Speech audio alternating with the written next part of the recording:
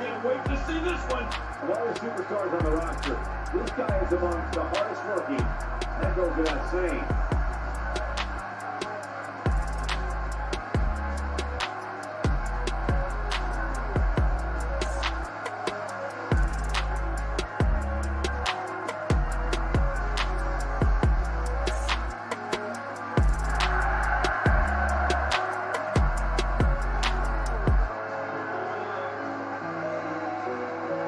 Definitely shout out to Don Chaos. We know you got our back, and we got your back too, man. Denver, Colorado all day, brother. We're definitely going to hook up with you. Much love to Carnival Spirits for putting us on as well on this YouTube, man. Shout out to you, Don Chaos, for, what is this, episode like 126 or something like that? Yes, sir. You've been putting in work, bro. Respect. Y'all doing some shit for the community and the fam out there. Appreciate it. So just keep doing what y'all doing, you know what I mean? Congrats to Don Chaos for 1,000 subscribers. Whoop, whoop. Keep it going, man. Congratulations, Don Chaos. Yes, keep it going, man. Good luck to you, fucking Don Chaos. And fucking hell yeah on your 1,000 fucking followers. You know who it is. It's Ouija Mac, bitch. Shout out to Carnival Spirits. And fucking shout out to Don Chaos one time. You know what's going on. This is my brother. Everyone, Don Chaos and Brother Lynch Hung here. Yeah, and Carnival Spirits. What's up, man? Don Chaos. What's up? It's your boy Brother Lynch Hung. We out here tonight. Listen. Fuego Flays and my nigga Don Chaos. What's going on, B? It's my brother right here, my boy. Excuse the laugh.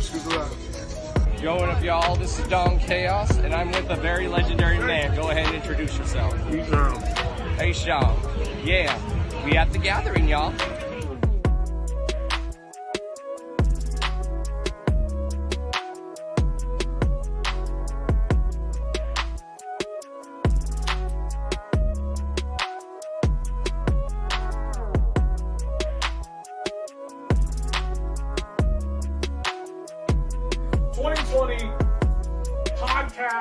Radio show of the year. This one's always controversial. Coming in number one, we got Hours of Chaos with Don Chaos. Ooh, look at that. Ooh, there. Congratulations, man. Don Chaos, Hours of Chaos.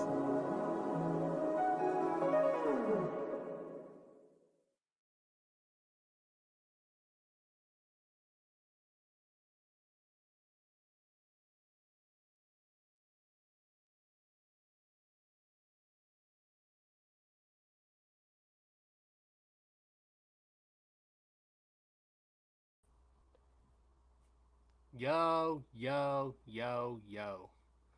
What is good, everyone? Y'all already know who this is. This is Mr. D to the O to the N to the C to the H to the A to the O to the S. Your friendly neighborhood JUGGALO, the Karma Millionaire. If you don't know, now you know. What is up, everyone? You already know. This is the Hours of Chaos podcast, the award-winning Hours of Chaos podcast. This is episode 151, y'all. 151. We are on the road officially to the 200th episode of the Hours of Chaos podcast. Make sure you guys are using those hashtags across the screen.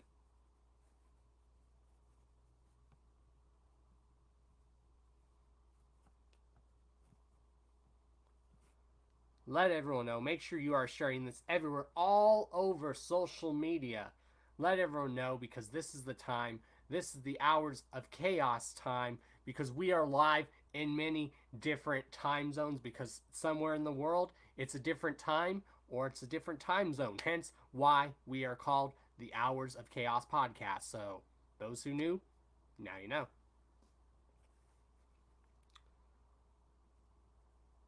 Also, if you guys are watching exclusively on Carnival Spirits on YouTube, super chats are welcome. You don't have to send any super chats, but the option is there.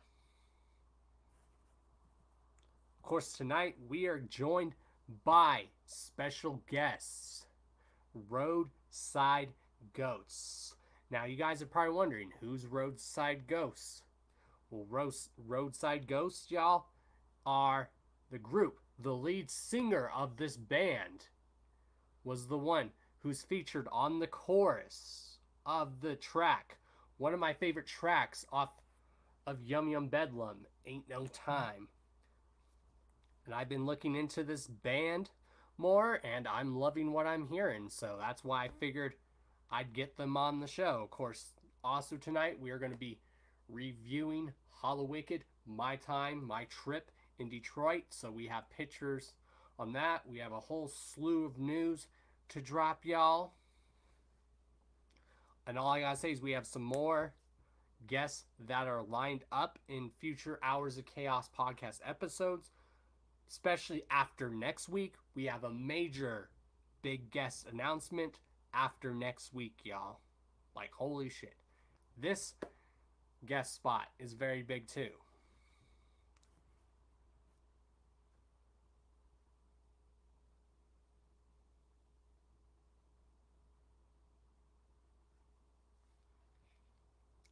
What is good, Grave Bait? Grave Bait of Wicked Wood. What is good, Grave Bait, my dude? Also, since we are officially on the road to the 200th episode of the Hours of Chaos podcast, if anyone wants to be a part of that, let me know. Celebration. You guys want to contribute something in a major giveaway, let me know. Like Wicked Wood, if you guys want to contribute something in a giveaway on the 200th episode, let me know. Because when we reach that 200th episode, I will be doing a giveaway. And when I have guests on there as well, they will also contribute to giveaways. Karma giveaways, as we call them.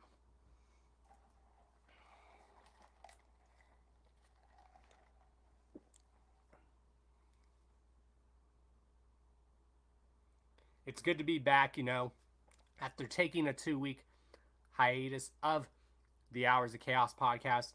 People have been messaging me. People were messaging me in Detroit saying the last 2 weeks saying, Don, we miss you. We need the Hours of Chaos podcast back. It's like, oh, did y'all really miss me that much?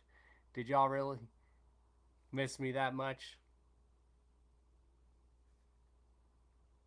Anywho, let's get on with some news, y'all.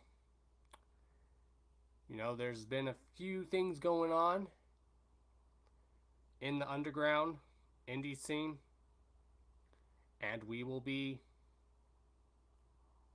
pretty much talking about some said news. As you guys know, Yum Yum Bedlam is out. If you haven't, go check my full-on review here on my personal channel. Of course, make sure you check the links down in the description. There's links to our guests' social medias, as well as your boys' social medias, as well as the link tree. Shoutouts to the Juggalo Streaming Network. And yeah, let's get into some news. There's some news that's been causing a little bit of controversy. I mean, it hasn't caused controversy with me, but it seems like it causes controversy for some people. I don't see anything wrong with it, but let's pull up our first topic of the night. We're going to touch on some topics, and then we are going to have our guests, Roadside Ghosts, on. So, our first topic.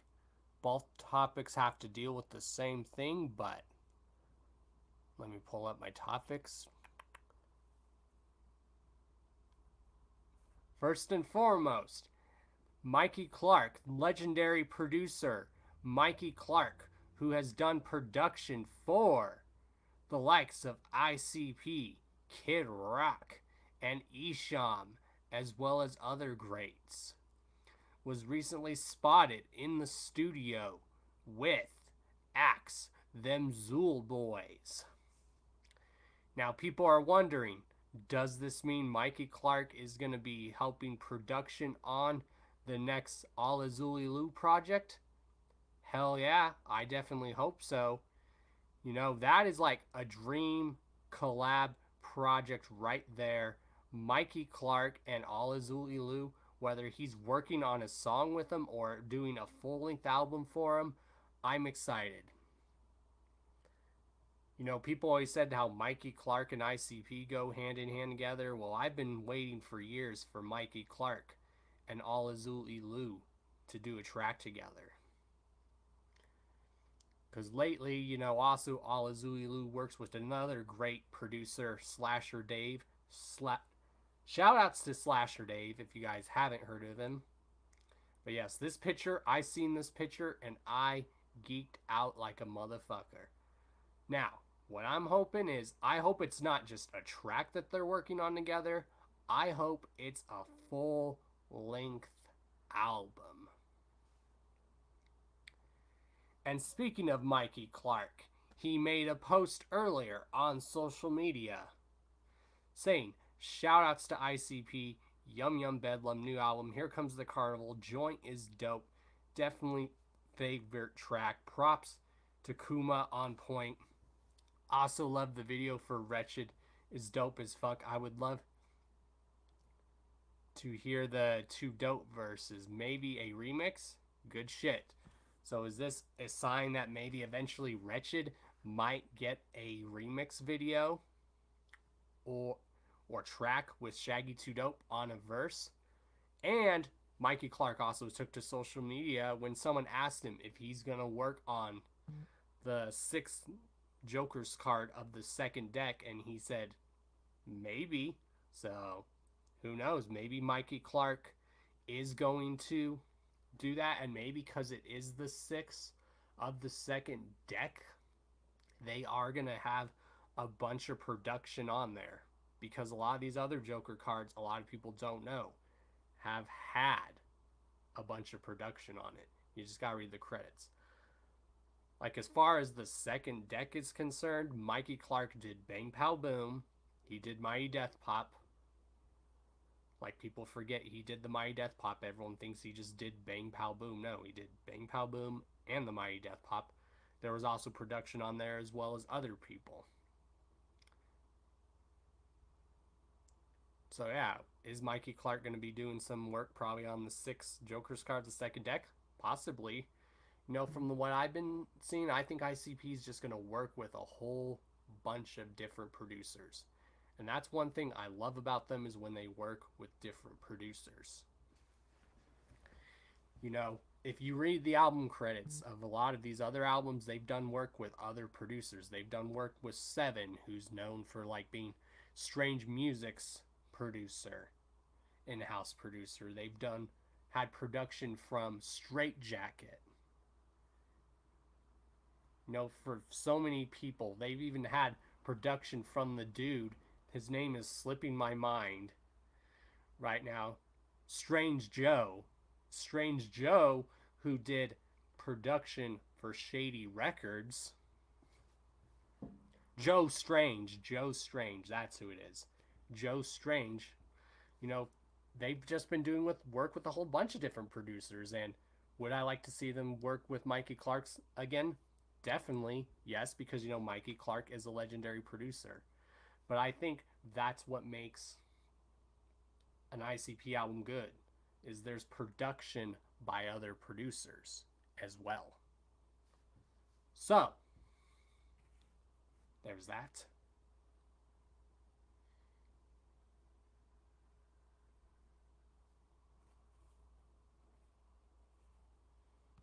What is up, Sugar Scoliosis? It was good seeing you in Detroit.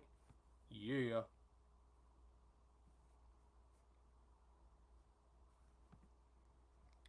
And now, y'all, we are going to bring our guests, Roadside Ghosts, here on the show.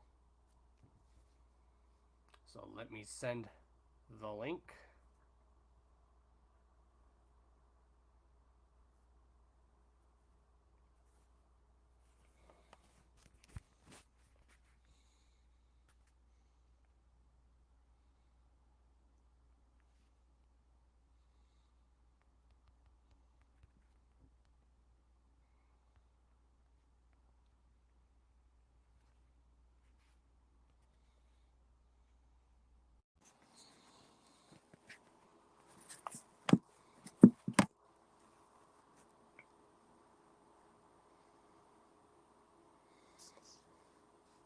So yeah, big things coming, y'all. It's good to be back after taking a 2-week hiatus.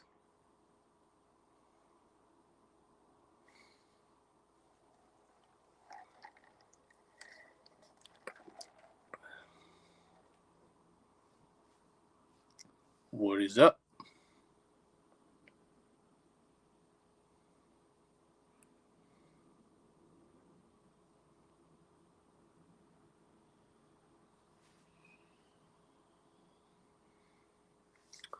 What is up? Nobody, man. What is good?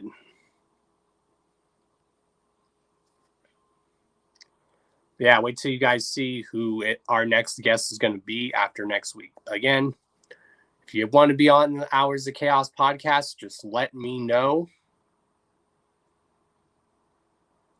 And I will let you guys know.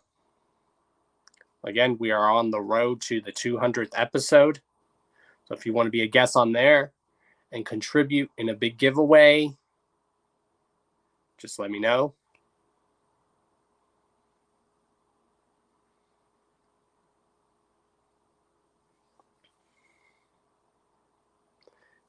Yeah, I'm actually been getting out of this funk lately, which is good. You know, that's just what I needed because, you know, since the gathering, I was in a major funk.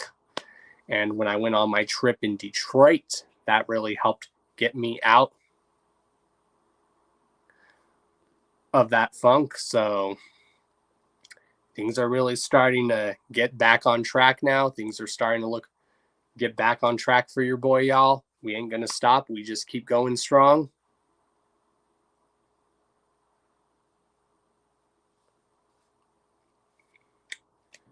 But you have a good night, nobody, man.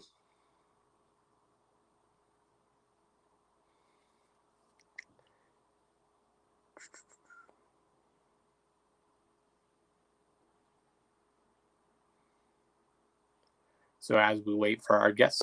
Oh.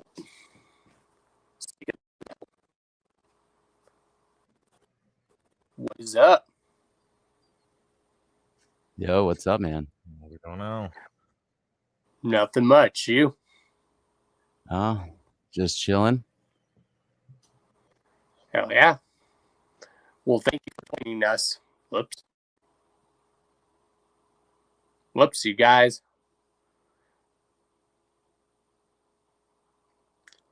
You guys might have either an internet connection or you might have something. Oops, hold on.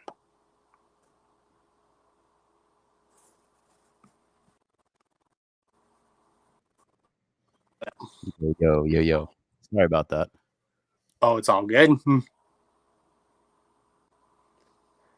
Well, thank you guys for joining. Yeah, man. Thanks for having us. Definitely. Yeah, thanks for having us. You're welcome. I mean, even if we can't see you, but if we can hear you guys, that's better than nothing. Yeah, I mean, I'm not sure what's up with the camera. Is it supposed to be working? Yeah, it will ask you, can we access your camera? And then you say yes, and then it should work.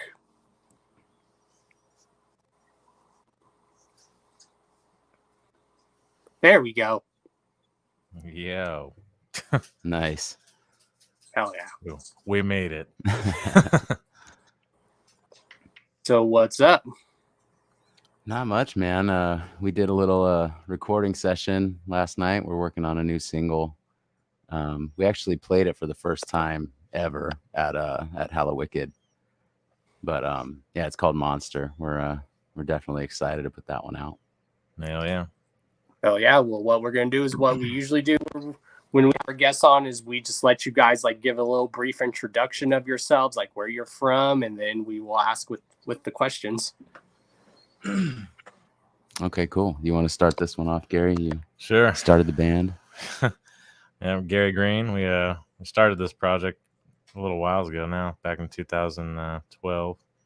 And been rocking ever since. Same group of people. It's been pretty cool. Yeah, I've been singing for a while. Been singing since high school.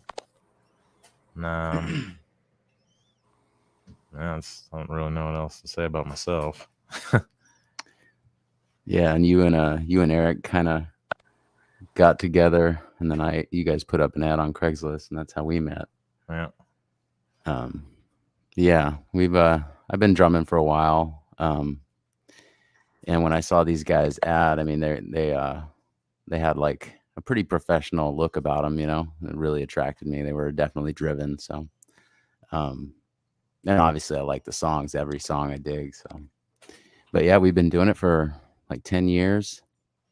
And, I also tour with a few bands. I work for ICP. I produce some stuff for them, and I'm their front of house guy, so I do the sound at the concerts. And then I tour with the band called POD too. I kind of met them on that tour that ICP and POD did together, and started working for those guys, and then ended up playing drums with them a little bit. So like on these, like the past 3 tours, I've been playing with those guys. But whenever I'm home, you know, it's back to writing with Roadside Ghost. This is my, you know, my bread and butter for sure. Hell yeah. Like, how did you guys come up with the band name Roadside Ghost? I think that was Gary. Yeah, we were actually had a bunch of shitty names that we were going through, and we're like, man, maybe we'll just look through our lyrics and find something.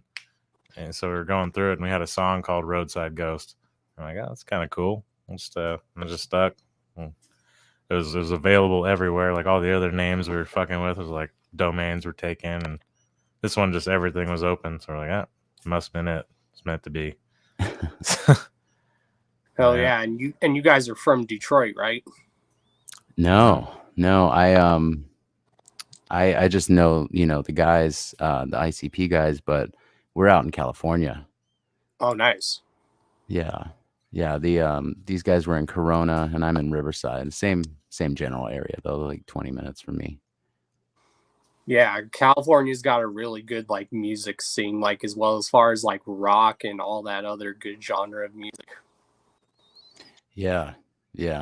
Especially Hollywood and LA are kind of known for that, I guess.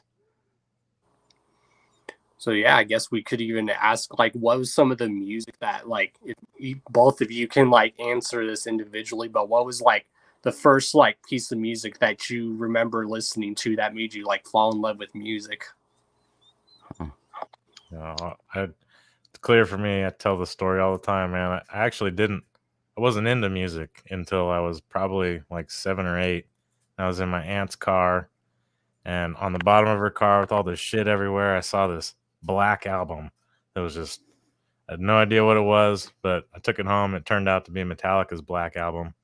I plugged it in and I fucking loved it. And ever since then, been into rock music, and just that was for sure the first piece of music that got me involved. Definitely. If it wasn't for Hetfield, I don't think I would have ever picked up a guitar. Oh yeah. Man, that's a good question. I don't know. I listened to some funky music back in the day. My parents are into country. But I mean, as far as like playing music, I think when I started listening to my own music, you know, I was just listening to like K-rock and stuff like that. Like the band Korn was a big influence on me. And Limp Bizkit, believe it or not, used to be one of the bands that I would listen to. Rage Against the Machine was a big one. I loved how like groovy that drummer was, you know. And so like, you know, simplistic music, but just so heavy. And meaningful lyrics too. It's always great. Oh yeah, that's like me. I've been raised on like all types of music. Like I was raised on the music that my parents grew up listening to, my grandparents listened to, and I think that's how all of us start out. Is some of us listen to what our family listened to, and then we eventually branch out and we find our own music. Yeah, for sure. And that's pretty much like me. Like the music, I love all music, but the music that's really always spoken to me is like hip hop and like rock and roll. Awesome, man. Yeah. I've gotten I mean, dude, like, you know, ICP was my number one band for forever, you know, and I still love them, obviously. But like I mean, the Cards were like the only thing I listened to in high school and in middle school and stuff. And yeah, I love hip hop too. I love for sure those guys, and obviously old school stuff. Yeah, when my aunt Rachel first showed me Boogie Woogie Woo. I was in the third grade or something like that. I was like, dang, this is dope. Yeah. Yeah, it's like me. I was like about 7, 8, or 9 when I discovered them, and now here I am, like gonna be 32 next year. It's crazy. Yeah. Yeah, they're still rolling too. So Yeah. dope.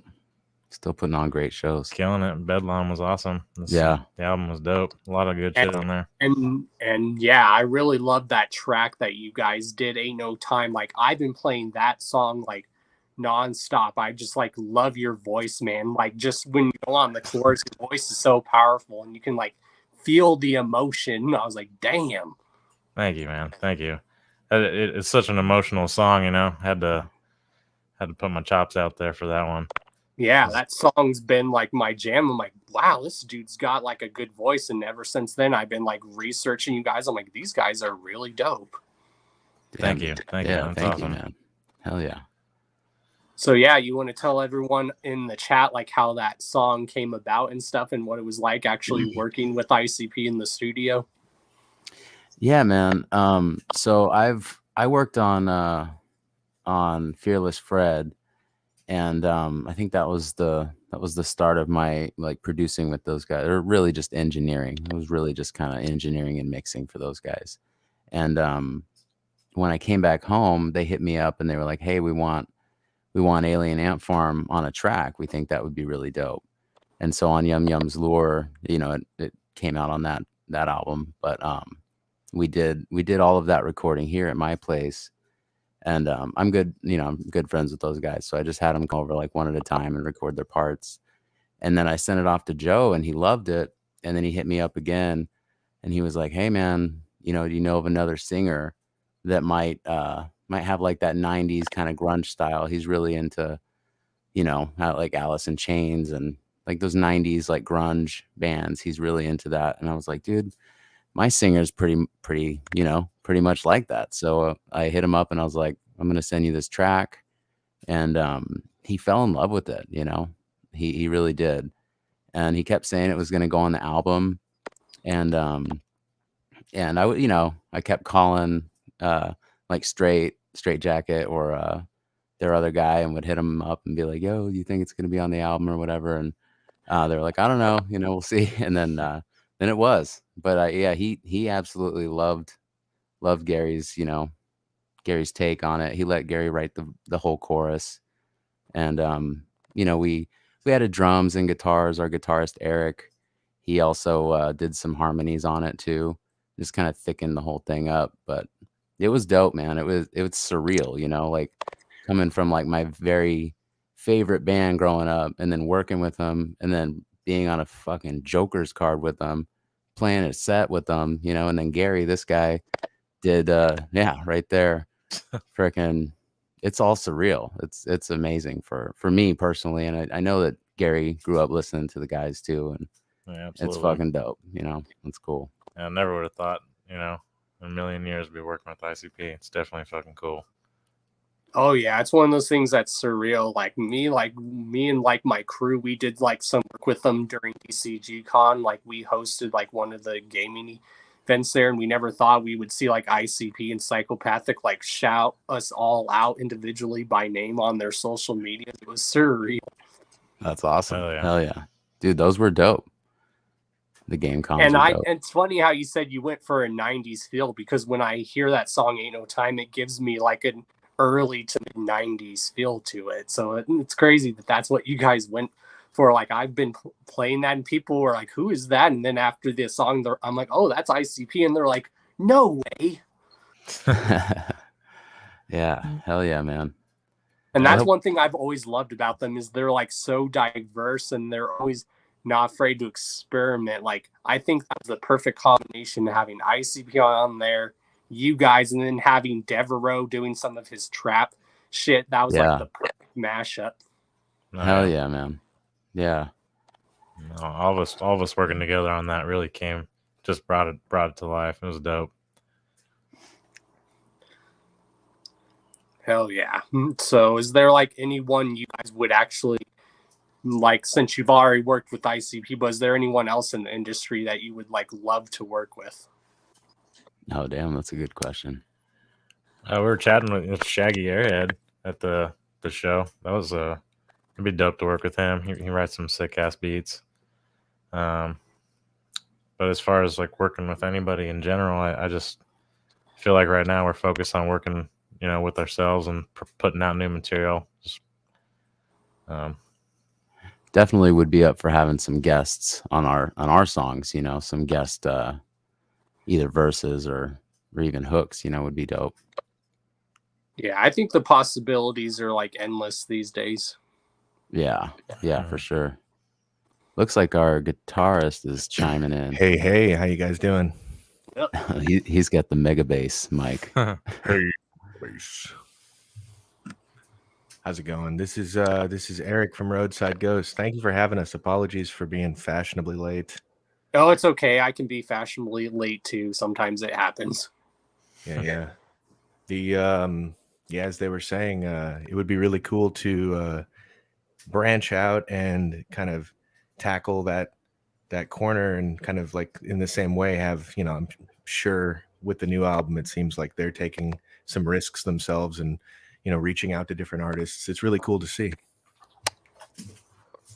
Yeah, and I can tell like by your guys' music that you guys like to be like very experimental too, and I like that when an artist is not afraid to be experimental and stuff. No, absolutely. Yeah. We definitely we kind of all come from different backgrounds. We have similar tastes, but I think all of us formed our craft around different styles of play. So it comes together pretty nicely. Yeah, well, I'll ask you the same question that I asked them, bro. If you can remember, what was the first like piece of music that you remember like that like made you fall in love with music, and you're like, what is that? And it like made you fall in love with music. Oddly enough, if there's any like old school Squaresoft fans in the house, like it's an old video game soundtrack. So would have been one of the Final Fantasy games, and that's a weird thing to say because like as a little kid, I think I just saw music as like the Pink Floyd albums my dad would play and stuff like that, which is great. It's great music, but I think that was the first time, something had my attention that also happened to include like a nice score. And same thing with movies, like you hear movies are great, but like the right score can really make the experience. Agreed. And that was that first time that ever really happened for me. And I knew like, oh, I want to be a part of that, like that side of what was going on. So composers probably, but like video game composers. Yeah, and I've always said that's what I think makes a movie too. It's not just the acting and the story, the like music has to flow with the flow. Like I tell people, not only does Star Wars tell a good story and it has acting, but what makes Star Wars such a good movie series is the music that's played in the movies. Oh, yeah. Right. Oddly enough, I heard something once about that Star Wars itself, that like part of the reason the melody, really sticks out is because they kind of went for something. They took melodies are kind of their own kind of calling card to a song, and a melody I think tends to stand out more when there's risk involved, when you're hearing something that's catchiness is not just something that's formulaic. I think you can invent something that can stand out on its own and then have people recall back to that, which is why anyone who hums the Star Wars theme instantly knows what's going on. Yep. John Williams is one of my favorite composers. Him, Danny Elfman. Yeah. Yeah. Binary Sunset's like, whew, really good. Yeah, I enjoy John Williams as well. And here's a question for all of you to individually answer. If you can remember, what was the first album y'all remember buying with your own money? Oh, I remember. Yeah, me too. Well, I'll go first. Mine's pretty quick. It was Offspring, Americana.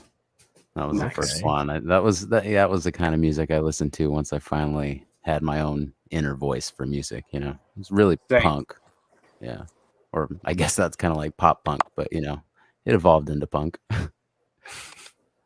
For me, it was oddly enough. I'm trying to remember if it was self-title from Slipknot or if it was System of a Down, Toxicity. It was one of those two. Those are good picks regardless. Yeah. I recall. Just can't remember which one was first. I'd love to pick something else because this is somewhat embarrassing. It was it was the single by Ricky Martin, "Livin' La Vida Loca." Shit. Oh wow! Back when you could pick up the single. Yeah, it was just a single. Nice. Hey, it still counts. Yeah. Do you know, this is a weird comment to make, but this is from that time. Remember that song Mambo Number 5? Yep. That was actually, I don't know how this would have been objectively, calculated out, but apparently that's considered one of the worst songs in history. Yeah, I think I've read somewhere about that. Yeah. It's intriguing, but yeah. That time was interesting for music. Ricky Martin. And if you guys ever need like a promo team or anything, just hit me up. I got you guys covered. Hell yeah. Yeah, that could definitely be that'd be awesome. Yeah, we definitely appreciate that. That'd be Have amazing. you managed to tell the story yet about what happened just before the show? No, we hadn't really talked about Hallowicked at all, actually. Oh, okay. It's up to you. I think it's a great story. You It definitely really kind of should tell the story. I think you should tell Hell it. yeah, let's hear it. Yeah. This is great. This is kind of a testament to like the Juggalos. This is a testament to ICP and sort of everything, the family that's been created, that sort of that really strong bond that we kind of got to witness firsthand. So we're doing sound check. Everything sounds great. Levels, sound great. We have rented all of our equipment from a backline company because we're trying as hard as we can not to risk like variables because everything was done really quickly. If we had more time, maybe we would have set that up. So we're out there sound checking on rented, equipments and instrument. Everything sounds good. About 3 hours later, it's about an hour to set, and something, kind of dawns on me like, let me go check the tuning. So I go up and my E string's like tuned way low, way too low. I don't know why. I'm not even fully paying attention to what's happening. And Gary points out to me like, yo, man, the neck's like totally snapped. So the top of the neck where like the headstock meets the neck, just bent inward, like total concave. And so we start freaking out because like that's just the worst thing you want to have happen.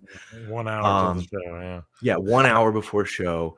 Yeah. We're stewing for like a good 10 minutes, maybe 5 minutes before we just start asking everybody, we're asking people in production. We're asking like a couple of the people who are known, but also just there for the show, like the backstage kind of folks wandering around, security's looking.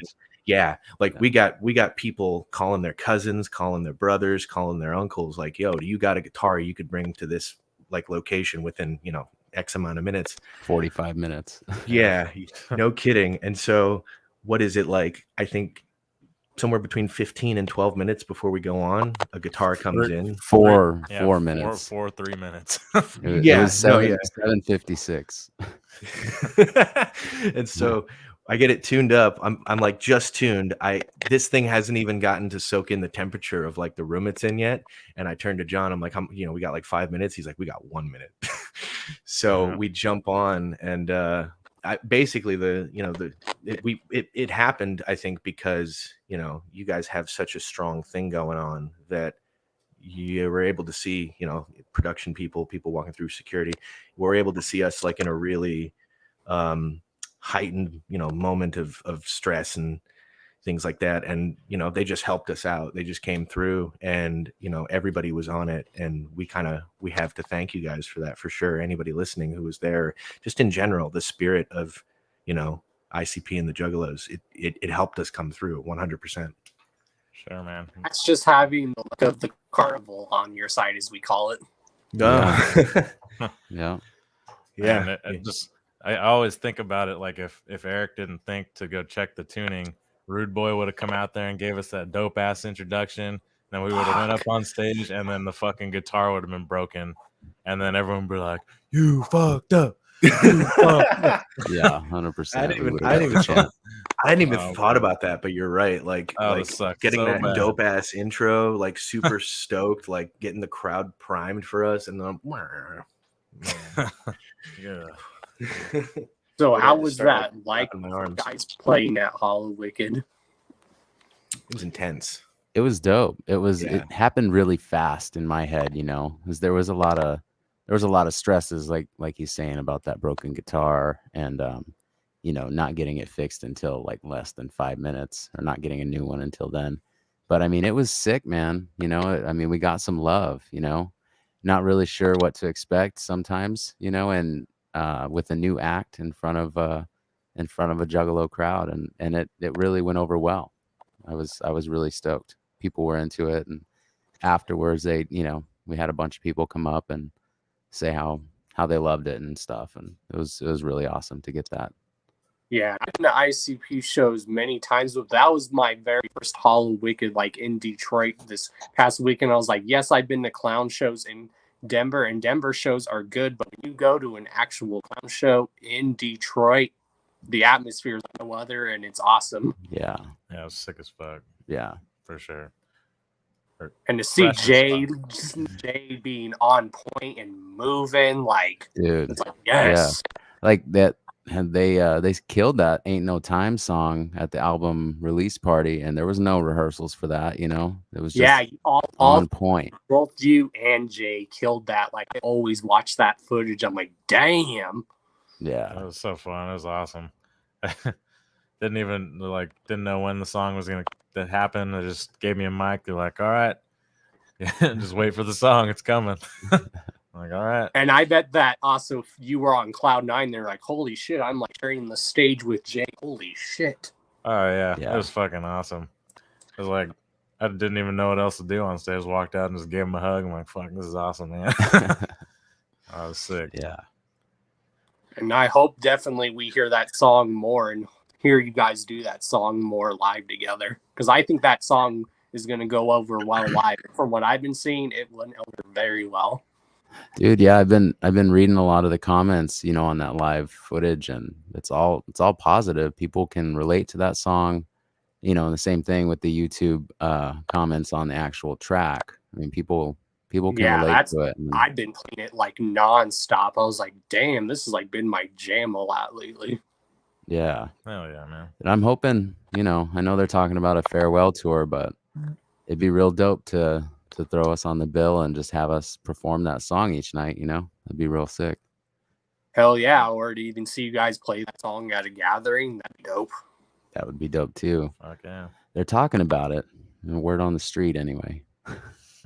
And speaking of that, could we possibly even see you guys maybe like do like other events? I know you guys said you're probably going to start hopefully going on tour soon.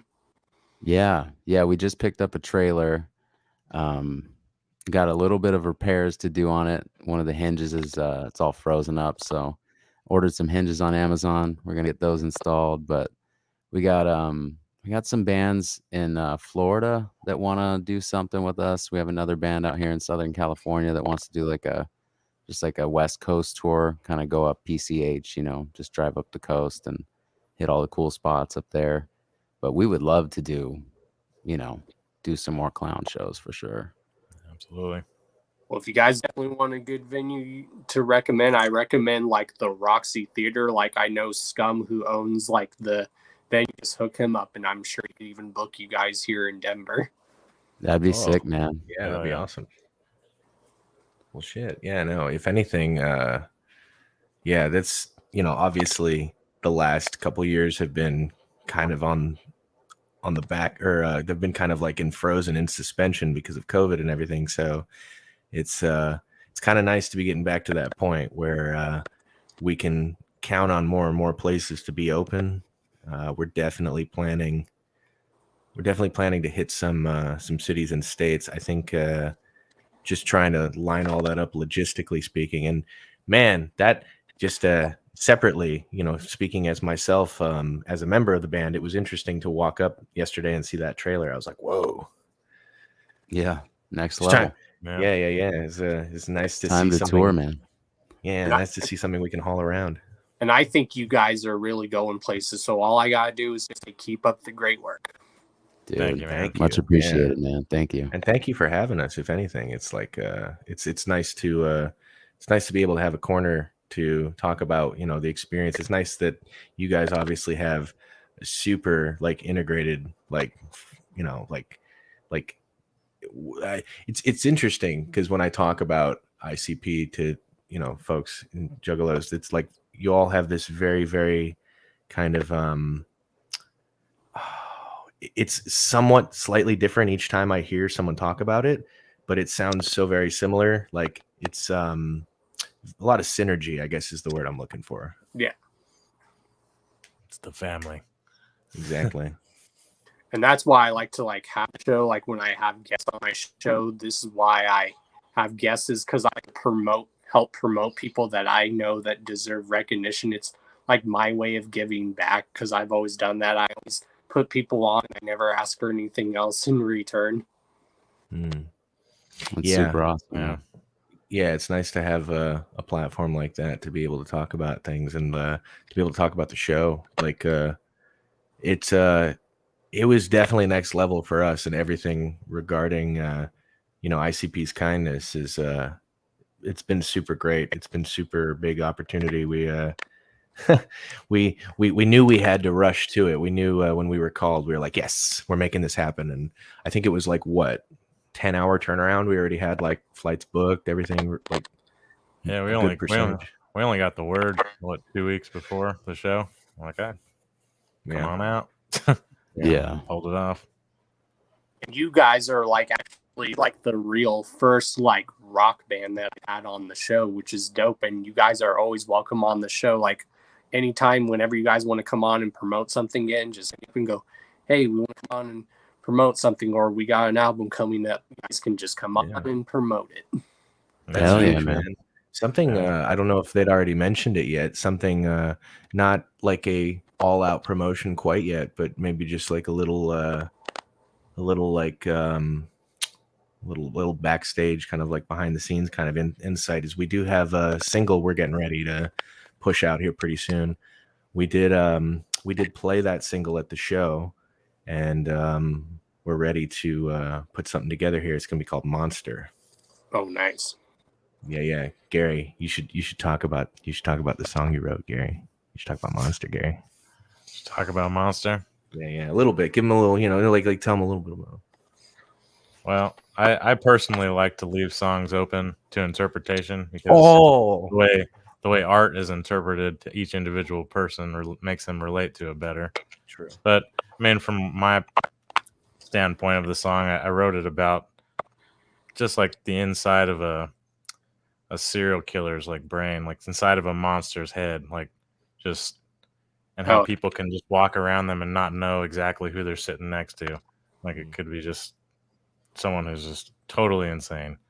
You know, and just Yeah, looks that's like one thing I've everybody else. always told people is normal people can be just as scary, and if not worse.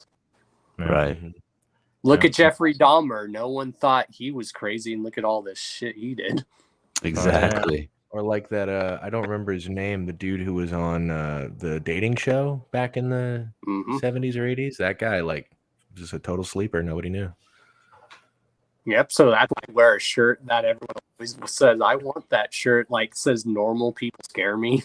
Plus, and Gary saying correctly, you know, everyone's going to have their own sort of interpretation to it. I'll crack open a little bit of my own sauce on this one. One thing I really like when I think about this kind of idea is like slasher movies, but not all slasher movies, like something like Halloween, where you have, you know, what constitutes for all purposes is like a human being, but like they're not driven by motivation. It's not like a reason they're doing something. It's just a drive to do the thing, and knowing something outside of you, external to you, is like trying to get you, and there's no way to reason with that. It's just on its way. That's kind of I'm bridging that over into Monster, but kind of like that whole, you never know who you're sitting with, and most of what we do when we have conversation is to suss out intentionality and motivation and things like that. Agreed. And that's one thing I've always been fascinated by is I like to study like the human psyche, like what motivates someone like to go crazy. I was like, okay, maybe someone wasn't born that way. Maybe some people are, but not everyone's like that. Like some people have something that triggers them to act that way. Right. Yeah, for sure. Like I've always been told if I went back to school, I should have studied human like psychology because that's one of those things I'm really good at too, besides like music and stuff. Right. Yeah, no, it is interesting how the mind works, especially because the more you realize, like, you know, people talk about who they are, it's like I am me, of course, but then you mess with the chemicals in my brain a little bit and you got someone a little bit different, you know. It's a scary, it's kind of scary to think about like the brain itself is having such an effect while also knowing you're sort of under its, like, you're tied to the way it works and all of that. Blah blah blah blah blah blah blah blah. Exactly, and that's one thing I always tell people: music is like a form of release therapy. Yes. It's not just release therapy for us, the listeners. It's release therapy for you guys as well. Yeah. Oh yeah. Yeah, for sure. It's funny enough. Is like I've heard people say it's funny you guys are in a rock band because you're all pretty just introverted dudes or in your own way. Like, you don't really say a whole lot, but then now you're out there on stage like rocking out and like, yeah, it's just it's how we get it out, man. Yeah, it's true. The thing I'm really loving about like Young Bedlam is I like how the album is all over the place, and I was like, this album is basically like therapy. It literally lives up to its name. The word bedlam is a state of uproar and confusion, so it definitely lives up to its name.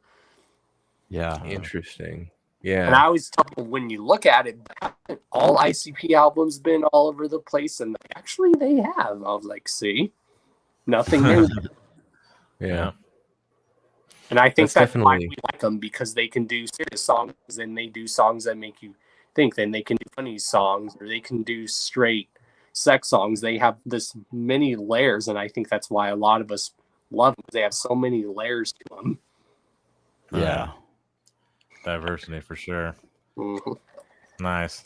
Especially considering like One Place, and it's not, you know, like I imagine the typical comment about the diversity regarding, but like One Place, I found a lot of interesting choices and diversity was the stage setup we had that ICP had when they unveiled everything. You know, it just looked like something I'd never seen, except maybe like in like a very nice temple. Like they had it was this very almost oriental, I think. Like, attention to that. And I'm like, oh, all that stuff.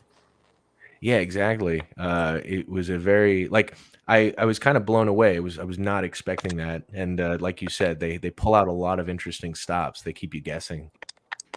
Yeah, the stage setup from the album release party to the Hallowicked, completely different. Completely different. Yeah. Very cool. Yeah, within less than 24 hours, they just they completely changed the space, and like I said, like it really depicted that idea that they were trying to reach into something, you know, a little different to try to, you know, it's a really interesting thing. I've seen them like 6 or 7 times. Every single time it's a different stage setup. It's I've always a lost different count. show. I just know I've seen them so many times, and every time when I see them, their stage setup is so different. The first time I seen them, their stage was like set up like an insane asylum. It was dope. Nice.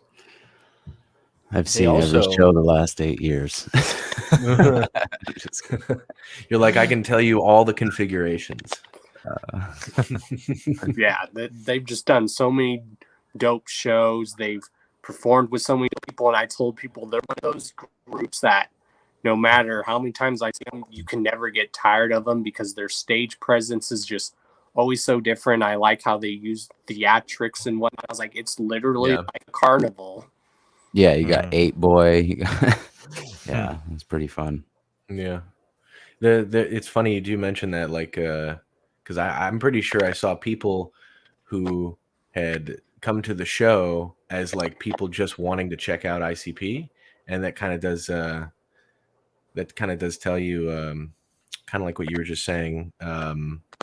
They they kind of just like have a really nice like a big party, and I don't know, it kind of attracted some folks that they said they didn't know who was playing, but obviously a lot was going on, so it attracted a lot of people. I mean, I've even brought my mom to a show one time, and she was like, "Oh, I see why you like them. Also, they do put on a good live show." Yeah. It's one of the best live shows around for sure. Yeah. If you haven't And been then- in the Fago Armageddon, and you're missing out. Oh yeah, I definitely got on Fago Armageddon at Hallowicked. Fuck yeah. That's like Actually- maybe like my third or some time. I can't tell how many times I've even rushed the stage and got on stage. Hell yeah. All as I know is that this past gathering, I had to use my ninja skills to get on stage. I was recording first-person perspective while getting on stage at the same time, while doing all that with just one hand. And I'm amazed I didn't fall or nothing, my camera didn't fall. Everyone's like, "Damn, you have skills." It's experience, baby. Yeah. And someone in the chat asked earlier if you guys remember what are the first concerts y'all ever like went to, if you can remember what they were.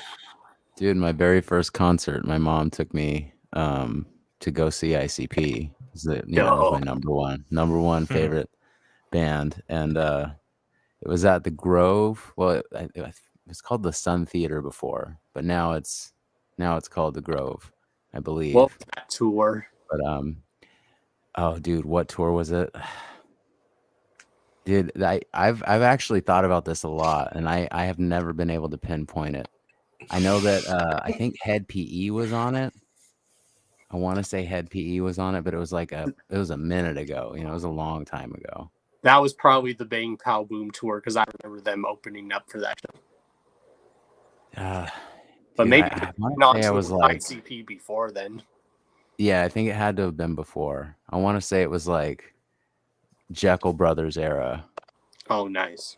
And I don't think it was the Jekyll Brothers tour. I think I would have remembered that, but I remember they played My Axe, and I want to say they came out with like I think Shaggy was playing acoustic guitar. I don't know. I brought that up a few times to like some of the crew guys, and they're like, "Dude, we don't know what show you're talking about." But my mom got hit in the face. Who knows? Yeah. I was gonna say my mom got hit in the face with a Fago bottle. The very first. It happens. It happens to all of does. us. My homeboy, his very first show, he chipped a tooth, but totally worth it. Oh yeah.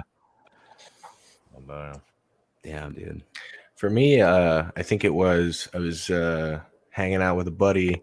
My folks are super like kind of religious, conservative, kind of strict, so I didn't get to branch out a lot from that perspective. But I was with a buddy, and his parents went.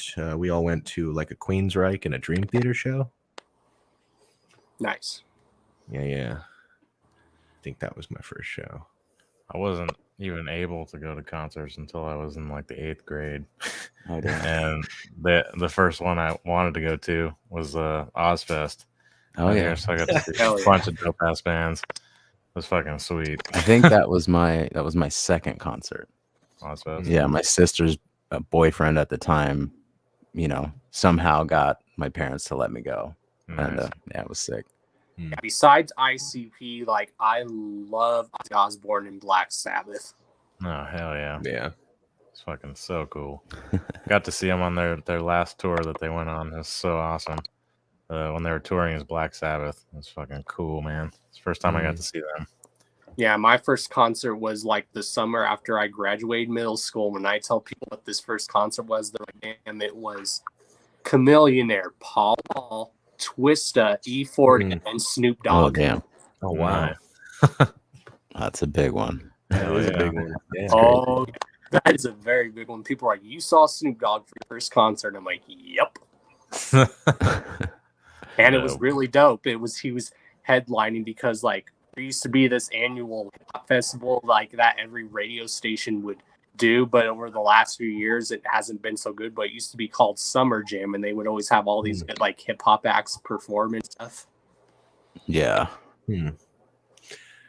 That's a pretty good first concert, Snoop Dogg. Damn. Hell Yep. yeah. Summer Jam.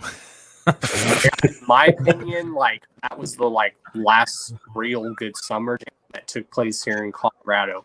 Like the second to last. The last one after that, sadly I didn't go to, but it's when Tech Nine and who am I trying to think of? Kendrick Lamar were headlining. Oh, damn. Damn. Yeah, I love Kendrick Lamar. I think that dude's got bars. Yeah, Kendrick Lamar is real talented.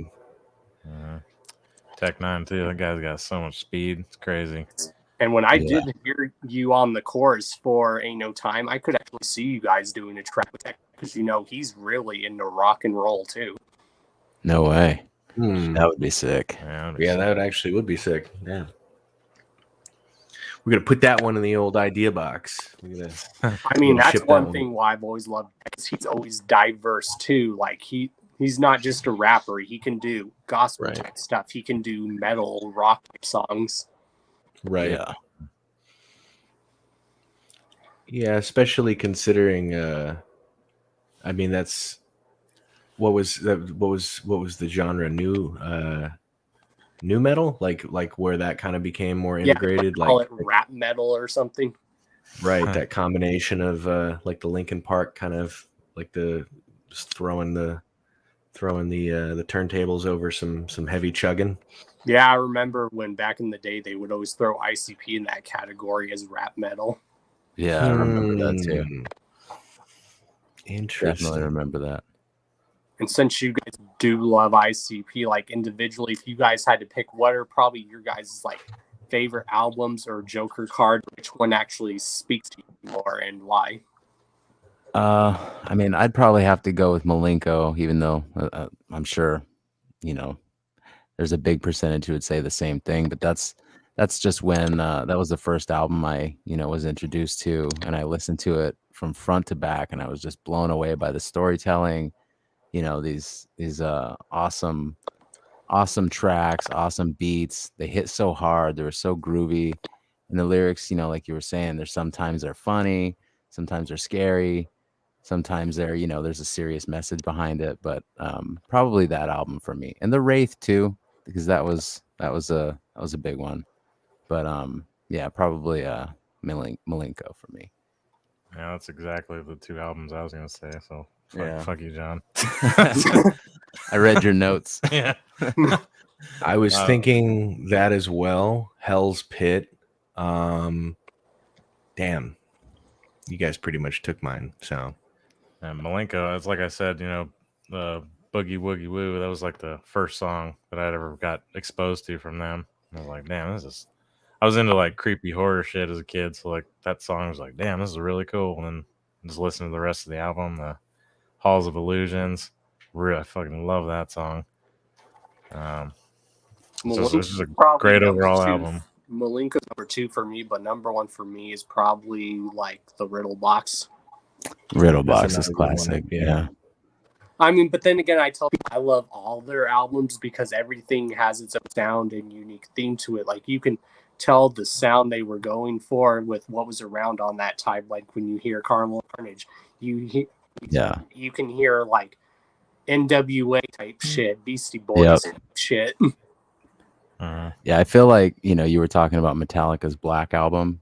Mm-hmm. That was like a really changing sound maybe for them. I feel like ICP's Black album would be Malenko almost. Like the production value of that album. Just everything is so perfect and it hits so hard and yeah, Mikey Clark's production is just legendary. Yeah, definitely. I could even see you guys maybe even doing some production with Mikey Clark, maybe. Oh yeah, well, I could see that too. Put in the word first, dog. We're down. I know Mike. You do? Yeah. Oh, Gary, turn to John and say that exact same thing. Put in the word first, dog. We're down. Gotcha. No, yeah. What if you don't mind my asking, turn the tables a little bit. Let me ask a question of you. What do you think drew you to ICP or their sound, or just sort of what made your experience for them, if you don't mind my asking? First, it was the funniness, and then, like, wait a minute, I'm like, I've been listening to like rap for years, so then they hear like two guys rapping about serial killer clowns. I thought that was like cool, but I also enjoyed clowns growing up. But then when they do those serious, relatable stuff, it like made me go, wait a minute. It's like they were like following me and they were like writing out what I was feeling and everything. And they just had that relatable stuff that I think that drew us in too. I see. Because I was always the outcast growing up too. I was always seen as like a weird, quiet kid and stuff. Right. Yeah, that makes a lot of sense. Okay. And I think that's one thing they will probably never get tired of hearing, even though they hear that they really did help a lot of people, help us get through a lot, like in our lives, and I'm sure they still do. Like, especially Bedlam, that album's like been therapy for me, like nonstop since it's come out. Yeah, I think too. I think especially when you're younger, there isn't a lot of context for expressing a lot of different types of emotion, especially if you live with a family. Like if you have like a strict family, you might find yourself, not able to express. And I think anger and things like that, very natural emotions, but there's not often a lot of context to express them. So it's nice to see, especially when you're younger, you have like a comfortable place to go to. Right.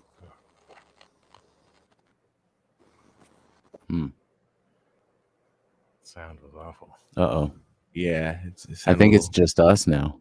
Yeah. It's okay. We're taking over. Sorry about that. Oh, there we go. Sometimes I have to refresh after a bit. That's fair. But yeah, no, it's basically like, sometimes there isn't always that context to be able to feel those emotions. And artists like this kind of, especially something like ICP, like you said, there's the rawness, there's the pageantry, there's the theatrics. There's kind of a lot there to grasp onto, but there's also that space to express those very raw emotions that aren't often encouraged. Exactly. And like, it's a lot of us probably felt like when we listened to them that they were like following us and they were just like writing out our life too. And like, oh, they were experiencing the same thing. They feel the same way about something. Yeah. Yeah, definitely. Like I've always told people, when people always ask me if I could give them the definition of what is a juggalo, I was like, pretty simple. Just be yourself. Yeah. Yeah. And that's kind of where I think, especially with that interpretation, you get this kind of cool realization that, because like what a lot of people would do is outwardly would say, juggalo associates to this or that, probably be the first thing they see. So the paint and or the sort of outfits that are associated, but then just what you said, like it's just a be yourself thing. With that in mind, there's kind of it's almost its own like ironic little thing where once you're there, you realize it was always just there. It was always just you and not something you have to add to yourself, not something you have to subscribe to in order to be. Exactly. And then also my homeboy Lakeland, he's done like a lot of my logos for me. So I'll like send you guys like the link to like his Instagram. He does a lot of good logos. So if you guys ever like want a logo done, just hit him up and he'll do it for you guys. Or if you guys want to do album artwork, he actually recently did the album artwork for Project Born that just came out.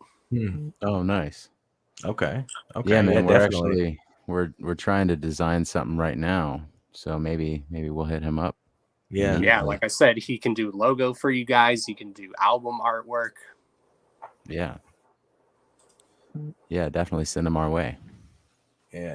Definitely. And And Florida does sound. I saw something pop up about Florida. We're definitely making the moves to make that one happen for sure. Hell yeah, Lakeland's dope. He's originally from Detroit, and what's cool is he went to the very first like Hallowicked, basically, way back in the day. God damn, nice. But yeah, that's basically who this is. That wants you guys to come to Florida now, because right now he lives in Florida. Very cool. Yeah, I think you'd already mentioned that we're in talks with a couple people out there try to make something happen. Yeah. Nice. Yeah, shit. If we head out to Florida, might as well stop in Denver. Play a show there too. You go. Yeah, there you go. Might as well. I know a few like good like spots like to hang out in Denver. Hell yeah. Like there's this good arcade/bar down in Denver. It's called One Up. It's a bar and it's an arcade, and it has it has all these old retro arcade games, like all that, like all these good games that you probably remember playing, and you can drink while playing these arcade games. Oh, that sounds so cool. Fuck. And all the arcade games are usually like only 25 cents usually. Damn. I can't tell you how many times I've been drunk and I've had like change rattling around my pocket. If I can sober up, I'm like, what's all this fucking change? Nah, I got. I've even noticed too when I'm like, I can't play Pac-Man for shit when I'm sober, but when I'm drunk, I'm like an expert on that game. I don't know what it is, but my friends are like, dude, when you're drunk, you play Pac-Man really good. It's a cheat code, yeah. I was like, I think because people say when you're drunk, you don't focus, but I think when you are drunk, you do focus a lot more. I think there's a crossover for that with weed too. Yeah, you know, like you're worried you're going to be unfocused, but then that part of your brain that's telling you that is also hyper focused. Oh yeah, and I can definitely take you guys to some good weed stores here in Denver. Hell yeah. That would be offer a quarter a game. You save yourself some beer money and some weed money there. That's for sure. Yeah, shit, I just took my daughter to the mall today, and you remember those little machines that would ride up and down in front of the store? Shit was $1. It was $1 to ride that shit. I remember those used to be like a nickel. Right? Yeah, exactly. Like, damn. You remember those? I mean, they still exist for sure, but like those penny presses. Mm-hmm. It used to be like a quarter and a penny, and now it's like damn near $2, $2.50. Yeah, it's ridiculous. It's ridiculous how the price of stuff has gone up. Like everyone remembers this too. Back then, you could get like a full cart of groceries for $20. Now you can only get like half a cart full of groceries for like $20. Right. Yeah. Not even that. You just get the little child seat up at the top. No. Yeah. Yeah. I mean, my grandpa was saying even back when he was younger, like movies were like 25 cents. And back then 25 cents felt like a lot of money. Yeah. Oh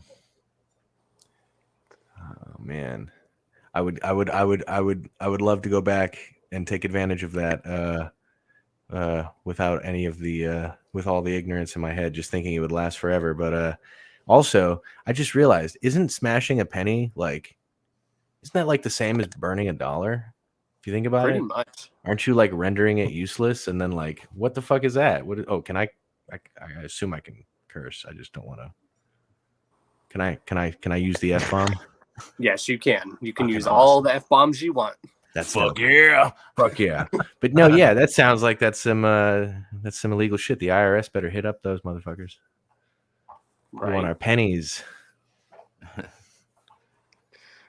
Right. It's just crazy how much the world is like changed. Yeah, definitely. But yeah, do you guys like have any like last words, and can your boy and Carnival Spirits get a shout out? And we just got the 2 singles we released last year. We did make use of COVID. We recorded some new songs, put out some new singles, got some music videos out. I mean, check them out. They're dope, and very shortly we're going to be dropping another couple in the works here. Oh yeah, yeah, for sure. We got some more stuff coming. We're coordinating a couple more shows. We're coordinating maybe a tour along maybe the coast or through the middle. We kind of haven't put up the logistics for that yet, but at the same time, we do have a single coming, and I'm hoping, we get some talks in the way, and you'd be seeing us at the gathering, maybe even more, depending on what happens. So we're looking forward to that. We're looking forward to seeing all of you. We're looking forward to once again getting to grace the Juggalo family with our tunes, and we really appreciate you guys. You guys were super welcoming to us. Oh yeah, and like I said, you guys are always welcome back on the show anytime. And you mentioned someone wanted a shout out. Who was that? I know I heard that a second ago. Oh, can I get a shout out, and like my crew Carnival Spirits, can we get a shout out from you guys? Oh, absolutely. Yeah, no. On the absolutely. When man, big thanks to you guys. Big thanks to you guys for having us. The Hours of Chaos podcast has been awesome, and big ups to Carnival Spirits, man. Yeah, when I found out that there was like a network streaming Two Juggalos specifically, I was like, well, damn, that sounds like a market corner. Good job. Yeah, and this is perfect because not only are you guys on the show, but you guys are on an award-winning radio show / podcast in the Juggalo / underground scene. That's fucking awesome. No, yeah, we thank you for having us. If anything, you guys check out Hours of Podcast. Check out check out Hour of Podcast. Or Hours of Chaos Podcast. Hours of Chaos Podcast. Apologies. Wow. I'm Ghost Roadside. No, we appreciate you guys for having us. If anything else, Gary, what do you have to say? I'm looking at you. You can't see me, but I can see you. Whoop whoop. Hours of Chaos. Whoop whoop whoop. That's all I gotta say. Thank you to the family. Hell yeah. And again, you guys are always welcome back on here anytime, any place. Awesome, man. We'll hit you up when this new single's dropping. We'll hopefully set something up. That'd be rad. Hell yeah. I'll probably even play it on the show for you guys if you want me to. Yeah, we'd love that. Yeah, that would be awesome. Hell yeah. And hopefully we can see you guys work with ICP more, because I think that's not going to be the last we see you guys work together. I can see you guys working together more in the future. I can too, man. I really feel like that's true. Yeah, we definitely hope looking forward to it. I hope. Definitely. We're definitely looking forward to more of those big announcements, those big hype ups before we get on stage. What was what was his name, John? You're talking about, we always, big love to Rude Boy. Yeah, he's got our back. He's had us on Cruising the Barrio too, and he gave us a really nice shout out right before we played. And I have big love for Rudy, and obviously Lito. DJ Carlito. We're best buds, on the road. So love that guy. I love Rudy. I love all of Rudy's sons, actually. They're all dope. And thank you to production on the show for helping us find a solution for the guitar issue. That was big save for us. We owe you pretty much the entire trip. Thank you. Hell yeah. And there's links to your guys' YouTube down, as well as all your guys' other social medias to help you guys out. So if you guys ever want to have these guys on your show, just easily hit them up on Instagram or other places. Cool, man. Thank you so much for that. Yeah, perfect. Thank you. Hit us up. Hit us up. Let us know. We will come to your show. Hell yeah. Y'all have a good night. All right, man. You too, man. Take care, Don. Thanks. Later.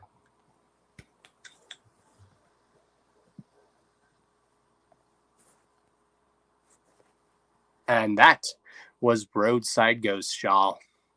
Very first ever rock band on the Hours of Chaos podcast, who was recently featured on Yum Yum Bedlam on the track Ain't No Time. Thank you for having them on here. And now we are going to review our trip in Detroit. So let me send the link to some people.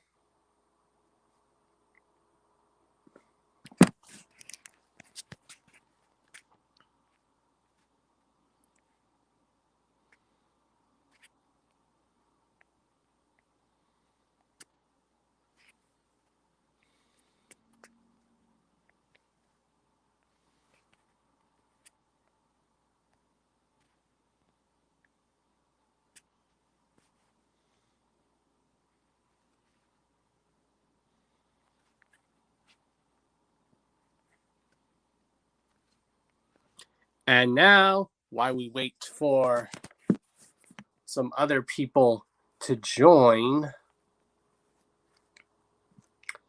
let me talk about my thoughts and my trip in Detroit. All I gotta say is it was a very fun trip. It was my very first time in Detroit. It was very dope. It was very fun. You know, there's definitely a lot of support out there in Detroit. Like, there was a lot of people in Detroit, as well as people that were visiting Detroit, that met me for the first time, that told me they were fans of the show.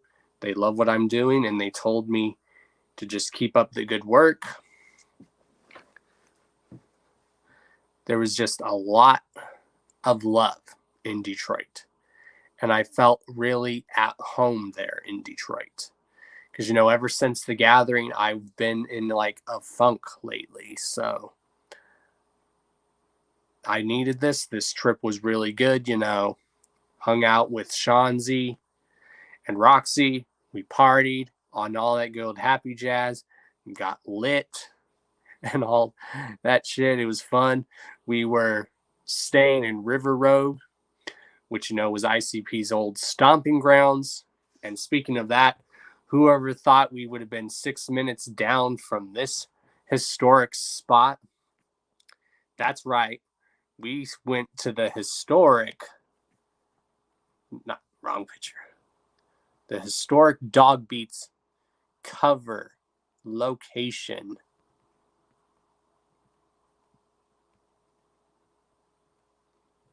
Yeah, the historic Dog Beats location where some of the pictures were filmed.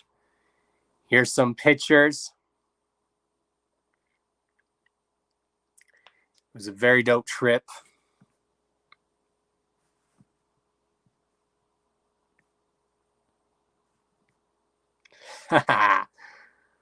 Good times, good times.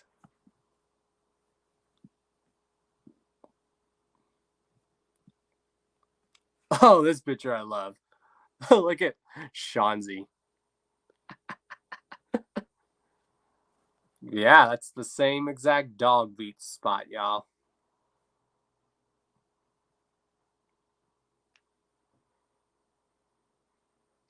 Was such a good trip. Always dope kicking it with Shanzi and Roxy. What are some other dope pictures from our time in Detroit? Here's another dope picture.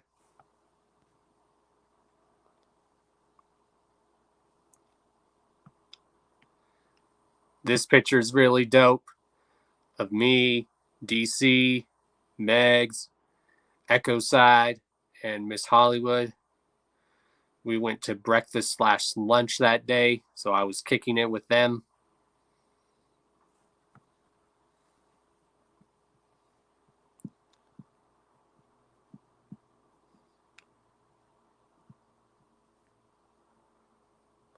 Also met Fallen Angel, who's one of my big supporters out there.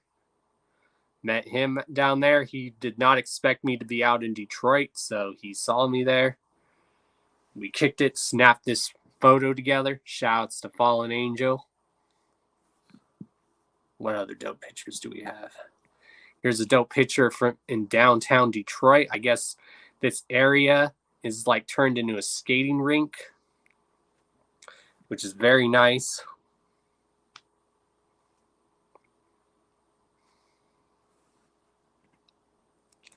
Here's us at the famous Rock of Ages. There's that picture from Rock of Ages. There's this one. This is a picture of your boy outside of our Airbnb, which was in ICP's old stomping grounds, one of their old neighborhoods. We were literally just down the street from we were literally in River Road, Delray, literally down the street from Zug Island. Zug Island was literally right across the little river from where our Airbnb was.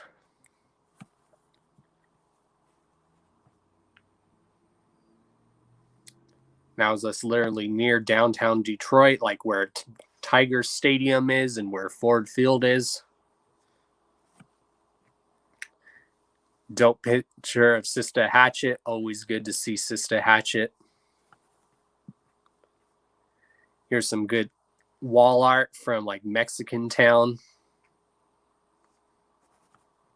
There's some more pictures from Mexican Town.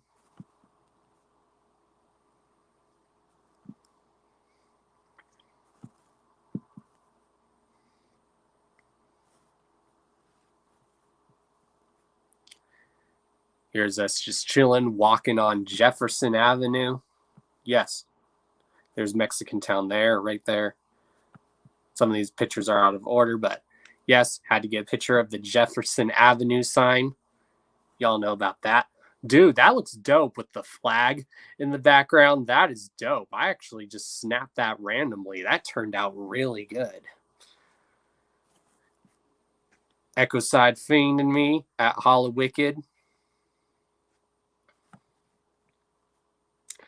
Miss Hollywood and Roxy with me in the background right there. Miss Hollywood's costume was awesome. She was the female gremlin. Shouts to Miss Hollywood. Now, this picture's kind of hard to tell, but we were driving over the bridge, and that's literally the bridge overlooking Del Rey / Zug Island. I got it as best as I could.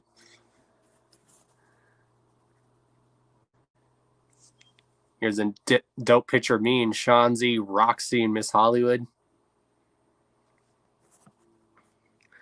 Dope picture of the famous Detroit skyline when we were just walking around downtown.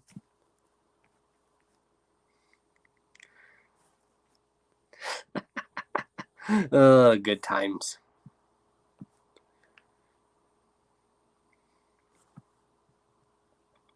Oh, this is me and Roxy and Shanzi outside of Rock of Ages. Roxy with her Riddle Box patch that I bought for her at Rock of Ages.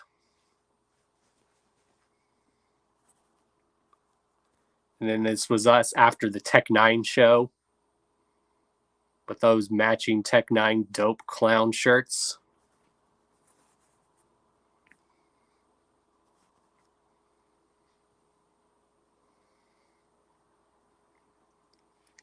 But yeah, it was a very good time. It was very fun. It was good seeing a lot of people again. You know, seeing Megan Too Fresh, you know, DC, Megs, Echo Side Fiend. Always dope seeing Miss Hollywood. Always dope seeing my brother Olay. Always dope kicking it with Shanzi and Roxy. Seems like whenever the three of us get together, we're like the three stooges of Carnival Spirits. We are literally the three stooges. Hashtag Carnival Spirits AM. AMs. And I know Roxy and Shanzi will get that joke and that term. Hashtag Carnival Spirits AMs. Yeah. Also saw Mackinhose there. Saw Esteban, Sugar Scoliosis. So many dope people. Church. So many dope people. Just so many dope people. It was just good to see a lot of people, and we were all just having fun. It was just dope. It was literally like a mini gathering. And no one let the bullshit get the best of us. It was just dope to see all these people. It was just so dope. It was dope in Detroit. It really helped me get out of my funk. I really felt at home in Detroit.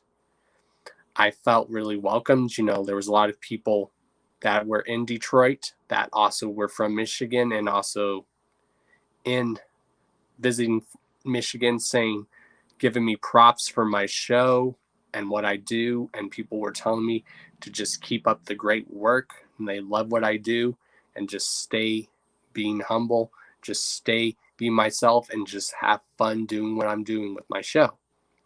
And I was like, thank you. I needed to hear that, because for a lot of you that don't know, I've had a lot of personal stuff going on since the gathering. I've been in a funk. And then I needed this again.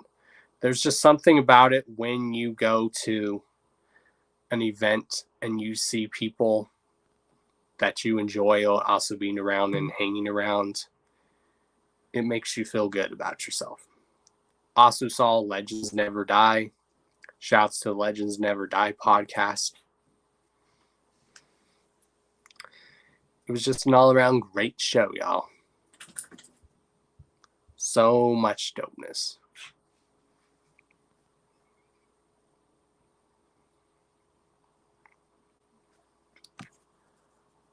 What are my thoughts on grindcore? Depends. It all depends. Also, this trip, the food in Detroit, y'all, is so good. When we went to Mexican Town, the Mexican restaurant we went to was so good. That was the best cheese enchiladas that I've had. Like cheese enchiladas, y'all, with cheese on top and then cheese inside. Just so many. There was so much good food there. There was so many dope alcoholic drinks there because, we got our drinky poo on, of course, as well as our smoky poo on. But hey, it was a party. Partied a little hard, but the pizza was good. Detroit style deep dish pizza. We went to this place that had really good pizza. It was a 3-cheese pizza. Hold on, y'all.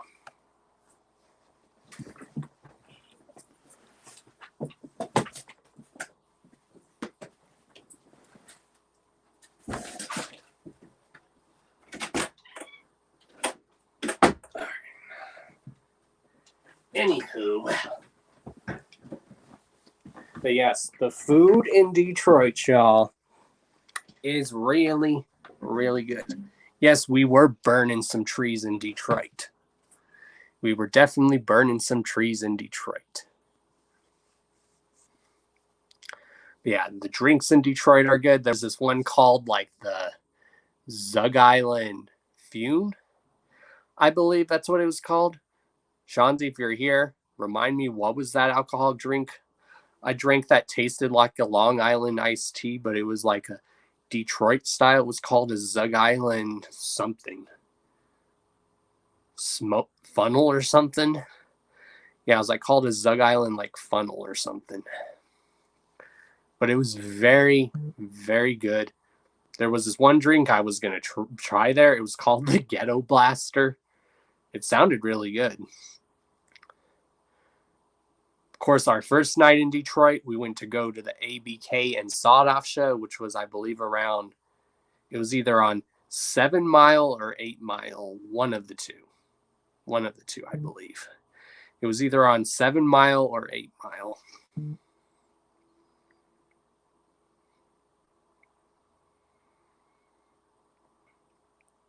No, the food was good. Detroit style chili cheese dogs, Coney Island. Very good. Ooh. I mean, I already tried Detroit style Coney dogs before, but Detroit style Coney chili cheese dogs, y'all. Ooh, so good. So damn good.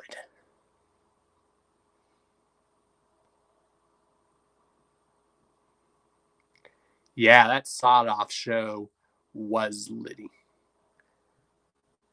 All the shows were litty. The ABK and Sawed Off show was lit. Hallowicked was lit. The Tech 9 show was lit. So it was basically like a little mini gathering, y'all. And it was dope. And I really hope to go back to Detroit again sometime. Like I said, it felt like home there. No, I feel like I found myself while I was in Detroit again.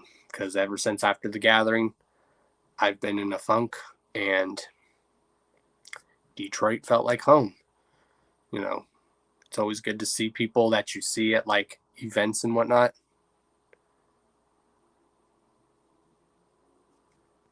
Yeah, I did try both dog places next to each other. We did. And now, Shanzi's, according to Shanzi, one side had good chili and the other had good dogs. Me, I thought both were good. But I do think the Lafayette side was really good. But it's hard to choose. The Lafayette side was good, but then when you go to the American side, it was really good too. So it's really hard to choose. I guess it just all depends. You'll just have, I'll let you be the judge of that if we're ever in Detroit, nobody, man. And we'll both go there together.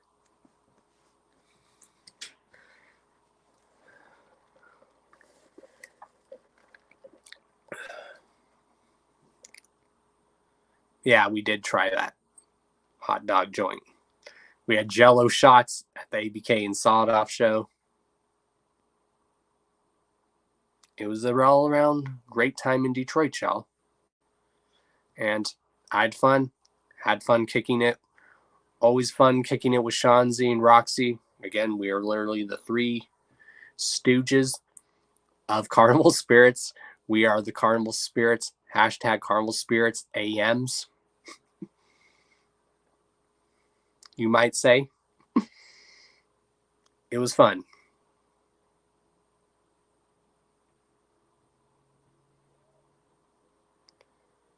Yeah, it was a good time, y'all. And yeah, it felt like home. So that's all I gotta say is, you know, Colorado hasn't felt like home in a while, y'all. So